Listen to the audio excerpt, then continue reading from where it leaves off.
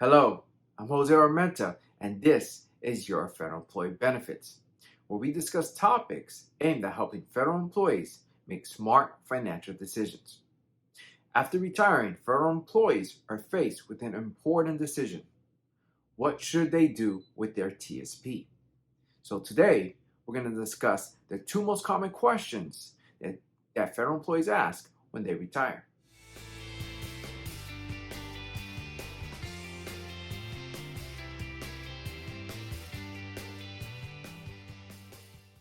So the first question that federal employees need to answer when it comes to their TSP is whether or not they should roll over their TSP to an IRA. Now, rolling over most of your TSP to an IRA will make sense for most federal employees. Okay. Now, I'm going to outline the two major reasons why it makes sense to roll over your TSP to an IRA for most federal employees. Okay. Now, notice that I did not say roll over your entire TSP.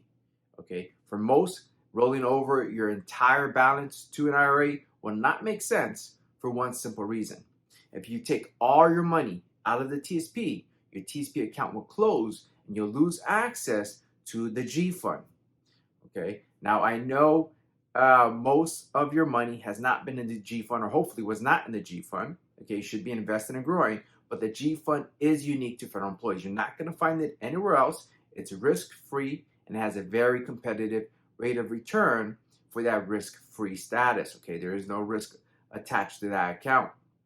It's a good account to keep your annual income in retirement in that account so it can grow, and it typically keeps up with inflation. Okay. So I have an entire video on the pros and cons of rolling over your TSP to an IRA. So I'm not going to go into every pro and con in this video, but I do want to outline two major reasons why rolling over most of your TSP to an IRA will make sense. The number one reason it makes sense for most feds to roll over most of their TSP to an IRA is for withdrawal flexibility.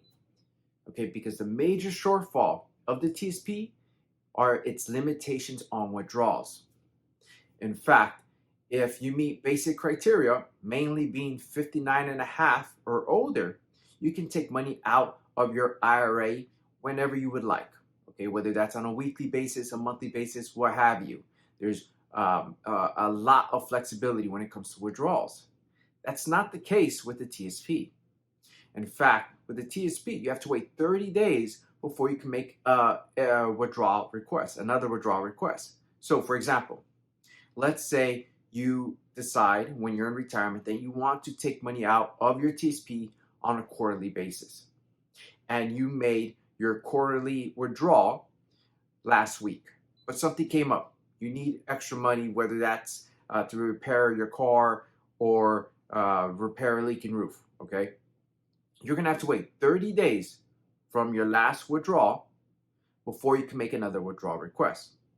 So if that was the case, it'd be a huge burden, okay? And that's why it makes sense for most feds to roll over most of their TSP to an IRA so that they have the flexibility to access their money when they need it. Now, the second major reason why most feds roll over their TSP to an IRA is for more robust investment options. Okay. Now, while the TSP does have the new mutual fund window, the investments through that window are far more expensive than what you would find available in an IRA. So I would never advise anyone to use that new mutual fund window. Okay. So if you're looking for a more robust investment options, really moving your money from the TSP to an IRA is the only option. Now, the second question that you have to answer when you're approaching retirement is how should you invest your TSP? Because the way you invest in retirement should be completely different than how you invested during your career. Now, when I'm creating a retirement income strategy for my clients, I utilize a system called the bucket strategy, which is basically when you divide your retirement assets, okay, your TSP, into three buckets. Short term your midterm bucket, and your long-term bucket. The short-term bucket is meant to provide income. This bucket will hold 3 years or so of cash to provide income, steady income for the next 3 years or so. So this account needs to be, or this bucket needs to be in an account that is risk-free and readily available. So think checking account, CD ladder, or the G fund. Okay, the G fund is a perfect account for this bucket. Now, remember that this bucket is not meant to generate a lot of growth. Okay, it's not going to provide, it's not the growth engine of your retirement income strategy. It's meant to provide stable, safe income for the next 3 years or so. Now, when I say 3 years or so, I don't mean the entire 3 years of income that you need. Remember, your TSP is only providing a portion of your annual income. So, for example, let's say you need $60,000 worth of income a year in retirement. Your first pension may provide $20,000 of that. Your Social Security benefits may provide another $20,000, and then that remaining $20,000 is what the TSP would provide. So, if you need $20,000 from the TSP every year, that bucket, the short-term bucket, is going to hold 3 years worth of that, or $60,000. Now, the midterm bucket will hold the money that you don't need for about 4 to 7 years. Okay, now unlike the short-term bucket or the cash bucket, this bucket will be invested in assets that are not risk-free. Okay, it will be invested in usually high-quality bond funds. Think the F fund. Okay, now unlike the short-term bucket, in a downturn, this bucket will have some losses, but generally this bucket is going to be much more stable and safer than your long-term bucket. And really, the purpose of this bucket is to replenish the short-term bucket, okay, so your income bucket, to replenish that bucket when the long-term bucket has sustained losses in a market downturn. Okay, we've reached bucket 3, the growth engine of the bucket strategy. Now, bucket 3 is meant to provide the growth, okay, whereas bucket 1 is meant to provide income and protect you against stock market risk, and bucket 2, or the midterm bucket, is meant to provide income and stability and help protect you against inflation risks, keeping up with inflation. Bucket 3 is really meant to grow as much as possible and help you avoid outliving your assets. Okay, it's going to provide the growth needed so that you don't deplete your account and you can have a 30-year retirement without running out of money. Okay, so this bucket is meant to grow and is meant to be invested in growth stocks. Okay, so it's really meant to have a growth-oriented strategy.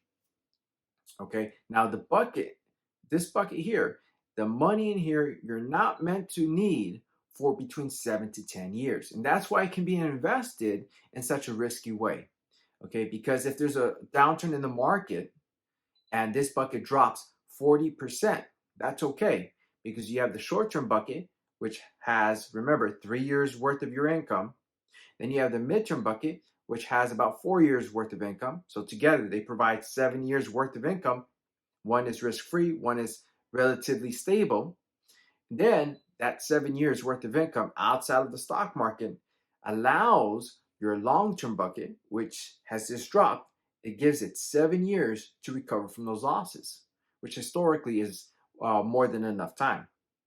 So that's really what allows this bucket system to work, is having that growth engine. Okay, and during a period of strong stock market performance, you can take some of the gain, trim some of the gain off, and replenish the other buckets. Deciding what to do with your TSP at retirement will be one of the most important decisions you make. And by taking the time to plan early, you'll be more likely to have the retirement that you want and less likely to make mistakes. If you found this video useful, share, like, and subscribe. And if you would like to do a deeper dive, I put a link to an article in the description below at yourfederalemployeebenefits.com where you can do that deeper dive. If there are any topics you'd like me to cover in the future, let me know in the comments below. And until next time, I'm Jose Armenta. Take care.